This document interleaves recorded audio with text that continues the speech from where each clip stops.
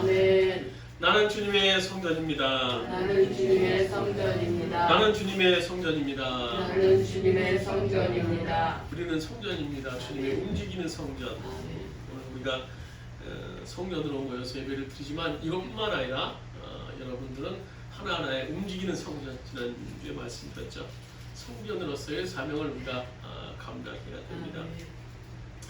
랍비 한 사람이 이제 나귀를 몰고 먼 길을 떠났습니다.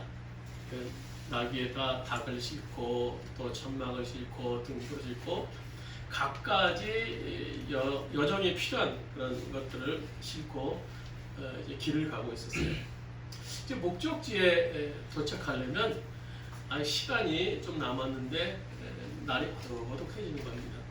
주변을 찾아봐도 뭐 민간은 없고 거할 것은 없고 살 수 없이 이제 좋은 자리를 모색해놨다가 곳에서 이제 텐트를 칩니다. 텐트를 치고 또 거기서 이제 등불을 밝히고 하나님의 말씀을 읽으면서 잠자리를 준비하고 있는데 바람이 불어요. 할 수 없이 등불을 끄고 이제 또 주님 앞에 기도를 드립니다. 그리고 이제 잠을 들었어요. 잠이 들었는데 이제 천막 사이로 비치는 아주 센 태양을 받으면서 일어나게 됩니다. 일어났는데 뭔가 좀 이상해요. 늘 자기가 일어나기 전에 늘 꼭 끼워울었던 닭의 울음소리가 그날은 들리지 않은 거예요. 그래서 뭐가 왜 그럴까 싶은 그런 마음에 이제 천막을 여치고 밖에 나가보니까 끔찍한 장면이 앞에 펼쳐지는 거예요. 닭과 나귀가 살짝이 다 뜯긴 채 뼈만 앙상하게 남아있게 된 겁니다. 그걸 본 순간은 너무너무나 속상했어요. 내가 랍비고 하나님 말씀대로 살고 또 늘 말씀과 기도를 가까이 하는 사람인데 나에게 왜 이런 사고가 생기는가? 하나님을 은근히 원망하는 마음이 생겼습니다. 내가 도대체 무슨 죄를 졌길래 왜 하나님이 나에게는 고통을 주시는가? 그때 이 랍비의 머리에 순간 스쳐가는 생각이 있었어요. 내가 살았구나. 내가 살았구나. 닭과 나귀가 저렇게 처참하게 물어뜯겨서 뼈만 나무 찢겨 죽을 정도였다면 나도 그렇게 죽을 수 있는 상황이 내가 살아있구나. 그래서 그는 털썩 주저앉았습니다. 내가 살아있구나. 내가 이렇게 살아있는 거. 그건 내가 내게서 닭과 나귀를 앗아가는 것이 아니라 오히려 오늘 하나님께서 주님께서 나를 살려주신 거구나. 나를 살리고 감사해야 될 일을 나는 오히려 불평을 하려고 했구나. 난 이런 것이 아니라 나라는 자신 오히려 큰 것을 얻었구나라고 생각한다고 합니다. 오늘 이 시대 속에서 우리는 참 어려운 때를 맞이하고 있습니다. 계속되는 세계적인 공황 또 전쟁으로 인해서 이 세계는 지금 어려움에 처해 있어요. 아마 생존해 있는 분들 중에 이렇게 어려운 시대 속에서 삶을 살게 되는 사람은 그렇게 많지 않을 것 같아요.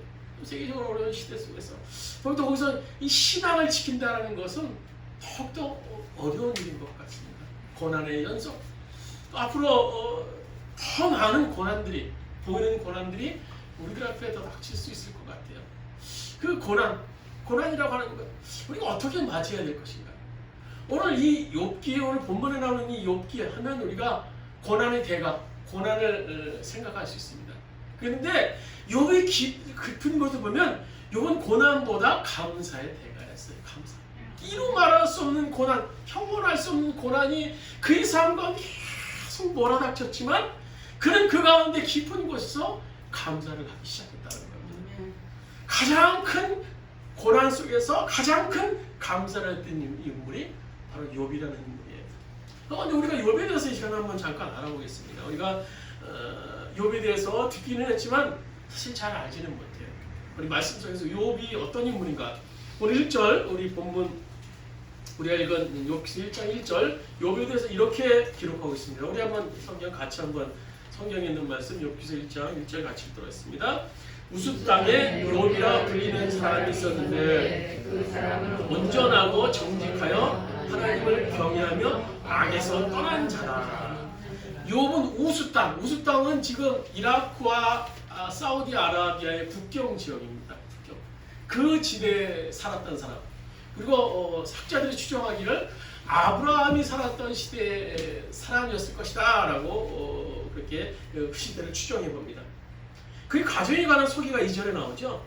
그에게 아들 7과 딸 3이 태어나니라. 굉장히 지금 보면 많습니다만 그 당시로서는 뭐 다복한 아주 보기 좋은 그런 가정입니다. 10명의 자녀들. 또 3절에 보면 그 재산 목록이 나오죠. 그의 소유물은 양 7,000마리요, 낙타가 3,000마리요, 소가 500뼘이요, 암나귀가 500마리이며 종도 많이 있었으니 이 사람은 동방 사람 중에 가장 훌륭한 자라. 그는 동방에서 가장 큰 갑부. 여기서 동방이라는 것은 그 당시 아랍권의 문화, 아랍권을 얘기해 동방이라고 흔히 지칭을 합니다. 그러니까 아랍 사람 중에 가장 큰 갑부, 부자였다라는 겁니다. 지금 시대로 하면 삼성의 회장이나 그 정도로 아주 아마 더 갑부였을 것 같아요. 근데 그것뿐만 아니라 이 사람에게 신앙이 굉장히 좋았어요. 우리가 1절 하반절에 보면 후반절에 보면 하나님을 경외하며 악에서 떠난 사람이었다라고 기록하고 있어요. 또 4절 5절에 보면 그에 대해서 이렇게 말하죠. 우리 4절 5절 같이 한 목소리로 읽어보겠습니다.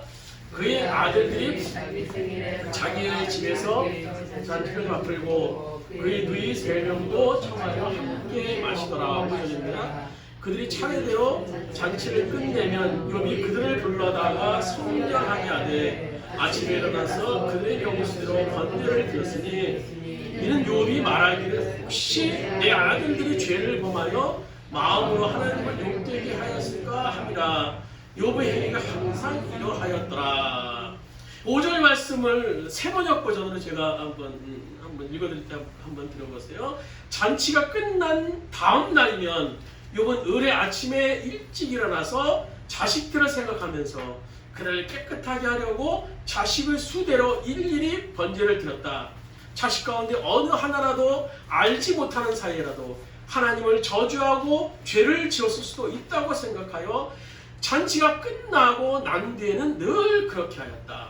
욥은 모든 일에 늘 이렇게 신중하였다. 그러니까 욥은 신앙적으로 굉장히 철저했던 사람이에요. 자식들이 잔치를 치르고 다음날 되면 혹시라도 부지불식간에 하나님을 향해서 원망하거나 또 죄를 지었거나 또 어떤 저주스러운 그런 말을 했을까봐 오늘 늘 잔치 끝나는 다음날 그 아들이 숫자대로 제사, 예배를 드리며 삶을 살았다는 거야. 욥은 동방이 으뜸되는 부자였을 뿐만 아니라 신앙적인 면으로도 의인이었어요. 으뜸되는. 가진 것도 많았고 신앙도 으뜸이었고 손색 없는 사람이죠. 근데 이렇게 오래 잘 욥이 살았으면 좋았을 텐데 인간사가 그런 게 아닌 것 같아요. 참 늘 좋았으면 좋겠는데 험한 세상 살다 보면 성경 말씀대로 형형색색, 컬러풀한 그런 일들이 참 많이 만나게 되는 것 같아요. 욥도 이해가 안 했어요. 그게 뜻하지 않은 시련이 이제 막 몰아닥치죠. 그래서 욥에게 닥친 시련을 이제 말씀드릴 텐데요. 그 고난은요 연속이었어요. 연속. 한 번 끝나는 것이야. 이 고난이 끝나자마자 바로 또 고난. 성들의 소망을 앗아갈 수밖에 없는 그런 고난. 근데 여기서는 영적 배경이 있었죠. 오늘 우리가 읽은 그 얘기가 사단과 하나님 사이에 있었던 영적인 배경이에요. 여기 고난당한 것은요 죄의 결과입니까 아닙니까? 오늘 성경에서 보면요 죄의 결과가 아닌 사단의 시험이었어요. 사단의 시험. 오늘 본문을 보시면 사단이 어떻게 하나님 앞에서 욥을 참소하며 시험했는지 그 과정을 이제 기록하고 있는데요. 하나님이 욥을 이제 사단이 나타났을 때 욥을 칭찬하죠. 그래서 사단이 못마땅해 하면서 욥을 참소합니다. 그것이 8절에 나와요. 이렇게 기록하고 있죠. 여호와께 사단에게 이르시되 내가 내 종 욥을 주의하여 보았느냐. 그와 같이 온전하고 정직하여 하나님을 경외하며 악에서 떠난 자는 세상에 없느니라. 사단아 봐라. 이 욥 봐라. 욥 이렇게 훌륭한 내 자녀다. 욥이 이렇게 믿음이 좋아. 이 물음에 대해서 사단이 대답하죠. 9절에 보면 9절 같이 한번 읽도록 하겠습니다.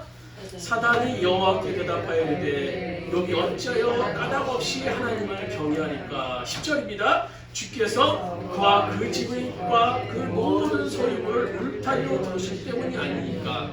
주께서 그의 손으로 하는 바를 복되게 하사 그의 소유물이 땅에 넘치게 하셨습니다.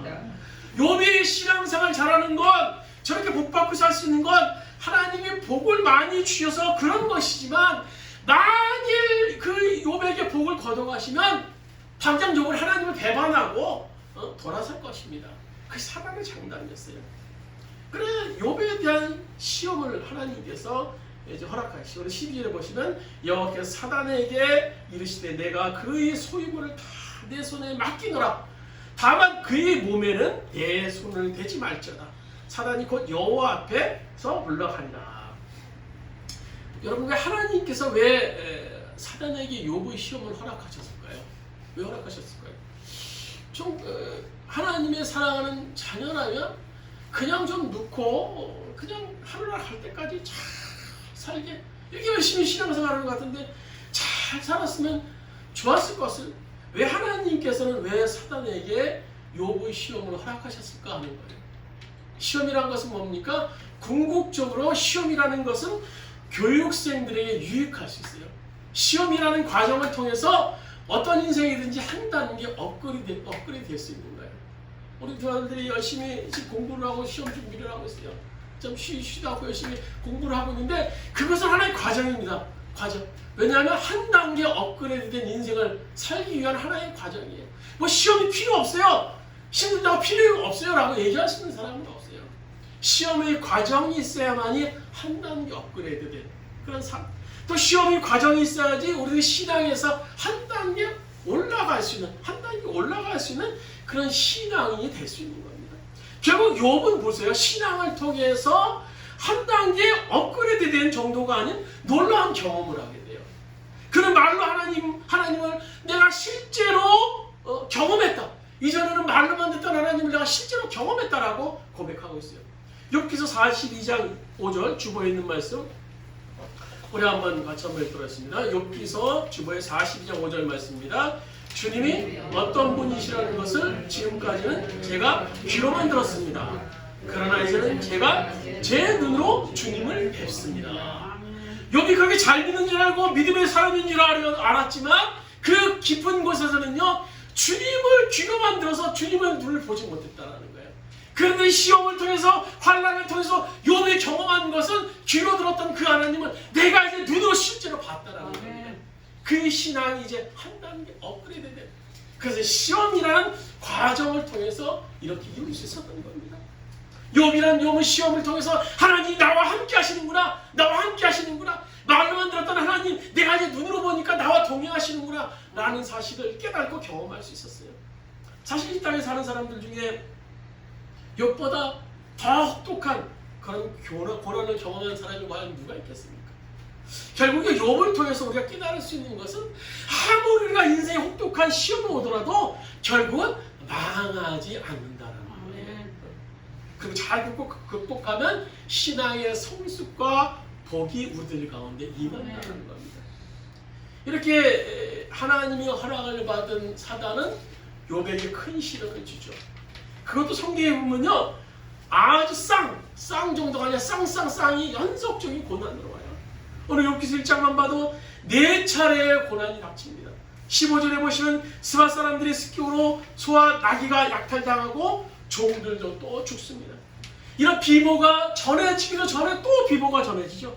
그래서 16절에 보면 하늘에서 불이 내려와서 양과 종을 불살랐다라는 겁니다. 또 10절에 보시면 이 비극이 멈추고 또 이어집니다. 갈대아의 습격으로 낙타들이 약탈당하고 종들이 죽습니다. 그런데 가장 큰 비보가 들려와요.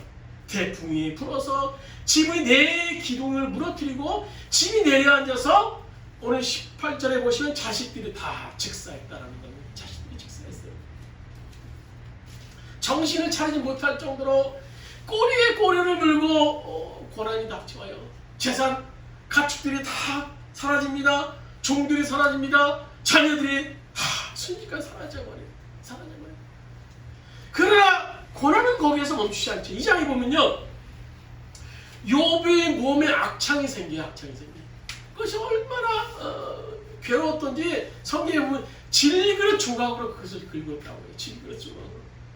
우리가 한밤에 모기 잠깐 물린 것 얼마나 신경 씁니까? 긁으더라. 아프고 막 괴로운데 짜증나는데 얼마나 욥이 그 피부병이 괴로웠으면 질그릇으로 긁을 정도로 그가 큰 악창에 걸립니다.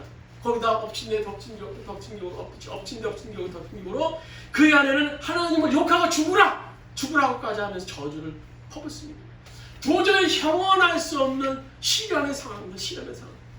이 시련 앞에서 우리 오늘 초점은 욥의 반응이 무엇이었는가 합니다. 욥의 반응이 무엇입니까? 이 시련 앞에서 여러분은 어떻게 하시겠습니까? 어떻게 하시겠습니까?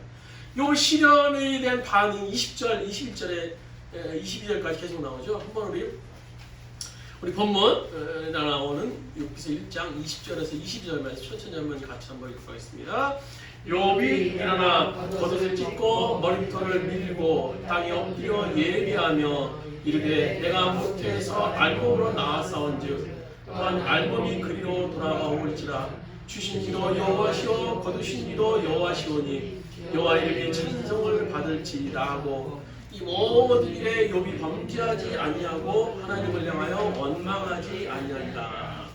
욥과 같은 상황 속에 닥쳤을 때 일반적인 사람들의 반응은요 정말 아마 죽으려고 했을까요? 다 떠났잖아요. 뭐 재산, 종, 자식 또 아내도 떠나고 그런 상황 속에서 뭐 사는 의미가 무엇이겠습니까? 당연히 원망하고 불평하고 저주하고 그러나 오늘 연거푸게 벌어다신 시련 앞에서 오히려 욥의 결론은 뭡니까? 하나님을 경배하고 찬양했어요. 그래도 사람인지라 왜 아픔이 없었겠습니까? 20절에 보면 욥이 일어나 겉옷을 찢고 머리털을 밀었다라고 했어요.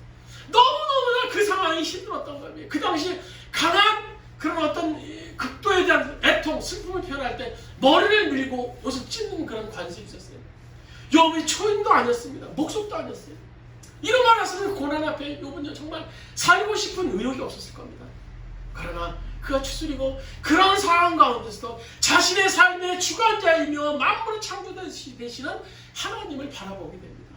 그리고 그는 고백합니다. 주신 이도 여호와시오 거두신 이도 여호와시니 오직 여호와의 이름을 찬송받을지니라. 이게 그의 위대함이 있었던 겁니다. 지금 닥친 시련을 자신의 힘으로 도저히 감당할 수 없지만 그는 하나님의 마음으로 하나님의 눈으로 그 상황을 바라보기 시작했던 겁니다. 그러니까 이런 모습을 우리가 선교적 시각으로 본다면 하나님의 선교의 승리라는 겁니다. 하나님의 선교의 승리. 잘 들어보세요. 사실 지금 사단은요 하나님의 선교의 도전장을 내는 겁니다. 도전장. 하나님의 선교가 뭡니까? 하나님의 선교는 궁극적으로 하나님의 공동체, 하나님 나라의 공동체가 무한히 확장되는 겁니다. 확장시키는 것이 하나님의 선교예요. 근데 이 하나님의 선교를 감당하기 위해서는 하나님의 선교적 공동체가 형성돼야 되는데 이 공동체의 형성은요 하나님과의 올바른 관계를 가진 사람들, 지금 어떤 상황 속에서든지 진정성 있게 하나님을 경외하며 하나님을 찬양하며 하나님 나라를 바라볼 수 있는 사람들에 의해서 이루어지는 것이 하나님 나라의 선교적 공동체입니다. 사단은요 지금 이 관계를 하나님과의 하나님 공동체의 관계를 훼손하고 하나님의 선교를 막으려고 했다는 거예요.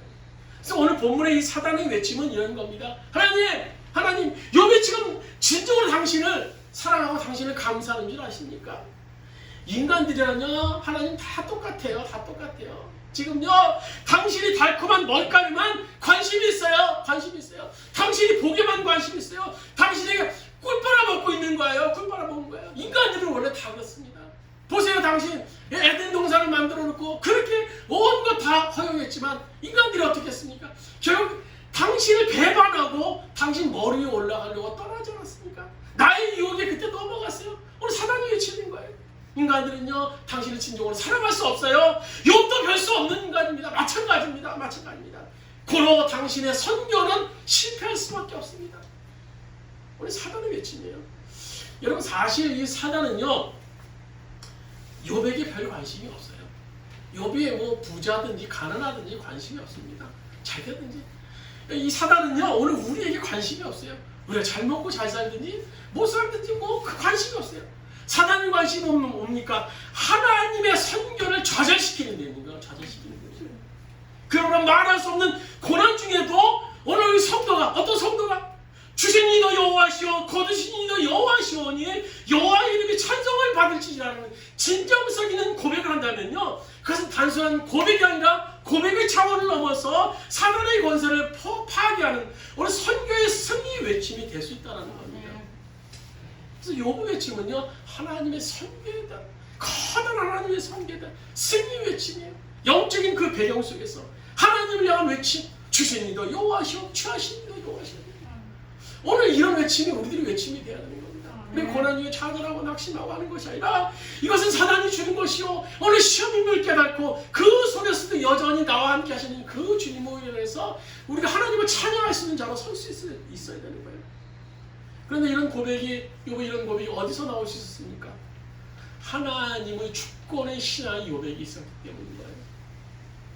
내 모든 삶을 누가 주관하는 거예요? 하나님이 주관한다는 사실을 믿고 있었던 겁니다. 하나님이 내 삶의 주인이라는 거예요. 그래서 신앙의 본질은요, 자기 중심이 아닌 하나님의 중심이어야 됩니다. 욥의 이런 신앙 고백이 21절 잘 나타나죠. 이르되 내가 모태에서 알몸으로 나와 싸운 즉 또한 알몸이 그리로 돌아올지라 주신 이도 여호와시오 거두신 이도 여호와시오니 여호와 이름이 찬송을 받을지니이다. 공수의 공수라는 말이죠. 빈손 들고 와서 빈손 들고 가는 인생.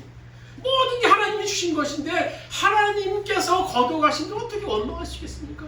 오늘 우리 디모데 전서 6장 7절에서 8절 우리 주보에 있는 말씀 우리 한번 같이 한번 읽도록 하겠습니다. 디모데 전서 6장 7절 8절입니다. 우리가 세상에서 아무것도 가지고 오는 것이 없음에 또한 아무것도 가지고 가지 못하니 우리가 먹을 것과 입을 것이 있은즉 족한 줄로 알릴 것이니라. 우리의 삶에 하나님은 소유권자입니다. 여러분, 소유권자. 우리는 뭡니까? 청지기에 관리하는 사람이에요. 관리하는 사람. 언제라도 소유권자야. 가지고 와. 그럼 우리는 가야 되는 거예요. 여러분. 부르면 가야 되는 거예요. 여러분 다 타고 가야 되는 거예요. 여러분 어리석은 부자의 착각이 뭐였습니까? 그러니까 너무너무나 많은 것을 벌어들여서 창고를 또 지을 것을 염려하며 살았던 그런 부자예요. 내 삶, 내 영혼, 내 소유, 내 모든 건 내 것 다 자기 건 줄 알았어요. 자기는 영원히 살 줄 알았어요. 근데 그를 향한 하나님의 결론이 뭐였어요? 누가복음 10장 20절에 보면 어리석은 자야 오늘 밤 내 영혼을 도로 찾으리니 도로 찾는가? 내가 소유 주시기 때문에 내가 네 영혼을 도로 찾아간다. 그러면 네 준비한 거, 네 재물, 네 쌓는 거, 그 누것이 되겠느냐? 네 것이 되겠느냐? 우리 주님께서 어려운 부자를 향하여 말씀하시는 결론이에요. 요 일은 하나님의 주권의 신앙, 오늘 하나님만이 나의 주님입니다라고 고백하는 이 주권의 신앙은요, 하나님의 섭리의 신앙으로 연결돼요. 하나님의 섭리의 신앙. 하나님의 주권자가 세상 만사, 인생 만사를 다스리고 경영하신다라는 겁니다. 누가 경영하는 것이 아니라 하나님이 섭리하신다, 다스리신다는 거예요. 인간의 모든 것들. 그래서 인생의 모든 일들이 하나님의 손 안에 있다는 사실을 믿는 신앙입니다. 이 신앙의 대표적인 인물이 우리 잘 아는 요셉이죠. 요셉은요, 애굽에 팔려가서 종살이, 감옥살이, 결국 이런 고통을 받았지만 나중에 애굽의 국무총리가 됩니다. 그 국무총리가 됨을 통해서 이스라엘도 구원하고 열방도 구원받게 되는 놀라운 일이 그를 통해서 행해집니다. 그의 삶은요, 하나님의 놀라운 섭리가 나타나는 현장이었어요. 그는 고난 가운데 원망하지 않았습니다. 그 고난 속에서 그가 굴에 갇히고 또 감옥에 들어가는 것, 그런 이유를 선명하게 알지는 못했어요. 이해되지는 않았습니다. 그러나 성경에 보면요, 그의 삶 가운데 늘 하나님 형통하셨다라고 하나요. 아니 굴에 들어가서 있는 것들이, 감옥에 들어가는 것들이, 노예로 팔려가는 것이 뭐가 형통이었습니까? 그 형통의 비결은 뭡니까? 하나님의 섭리가 그 가운데 있었기 때문에, 하나님의 섭리의 눈이 그 가운데 있었기 때문에, 이해할 수 없는 현실, 고통스러운 현실 속에서 그는 이해할 수 없었지만 하나님의 섭리에 대한 눈이 있었기 때문에, 후에 그 아버지 야곱의 죽음 후에 요셉이 보복을 드리는 형들에게 한 말 있죠. 오늘 창세기 50장 20절. 우리 주보했습니다. 한번 창세기 50장 20절 같이 한번 읽도록 하겠습니다. 당신들은 나를 헤아려 하였으나 하나님은 그것을 선으로 바꾸사 오늘날과 같이 만민의 생명을 구원하게 하시려 하셨나니. 오늘 욥도 마찬가지입니다. 지금 비록 그가 고통 가운데 있었지만 하나님께서 하신 일이 있음을 믿고 있었어요. 욥기 23장 10절 우리가 부른 찬양에도 있었던 말입니다. 나의 길은 오직 그가 하시나니 그가 나를 단련하신 후에는 내가 정금같이 나으리라. 그가 나의 길 오직 그가 아시나니 그가 나를 단련하시니 내가 정금같이 나으리라. 그 하나님께서 모든 것을 합력하여 선을 이루실 분이라는 것을 믿고 기대하는 선의 신앙이 욥에게 쓰는 겁니다. 그럼 이렇던 욥에게 어떤 소식이 있습니까? 욥의 승리에 대해서 한번 보겠습니다. 고난 중에 여러분 신앙을 이루면요 다 이루는 겁니다. 그러나 고난 중에 신앙을 지키며 감사할 수 있다면요 다 얻을 수 있는 겁니다. 아멘. 오늘 욥이 그랬어요. 오늘 욥기서 40장 12절 13절 주보에 있는 말씀 우리 한번 욥이 얼마나 축복을 받았는가를 한번 보시겠습니다. 말씀 속에서 같이 읽도록 하겠습니다. 여호와께서 욥의 말년에 복을 주사 처음 복보다 더하게 하시니 그가 양 1만 4천 마리 약대 6천과 소 1천 결이와 암나귀 1천을 두었고 또 그 아들 7과 딸 3을 낳았으며 하나님은 욥의 말년에 크게 축복하십니다. 정확하게 그의 재산을 보면 갑절이나 늘어났습니다. 자식도 10명 더 주셨습니다. 우리가 여기서 중요한 공식을 우리가 발견할 수 있어요. 감사의 꽃이 피고 난 후에 복의 열매가 맺어진다. 우리 한번 같이 한번 따라 하시겠습니다. 감사의 꽃이 피고 난 후에 감사의 꽃이 피고 난 후에 복의 열매가 맺어진다. 복의 열매가 맺어진다. 흔히 우리가 오해하는 것처럼 형통하면 감사할게요, 감사할게요. 그게 아니에요. 오히려 감사하면 형통해집니다. 웃으면 복이 옵니다. 그래서 우리가 흔히 하는 말 있죠.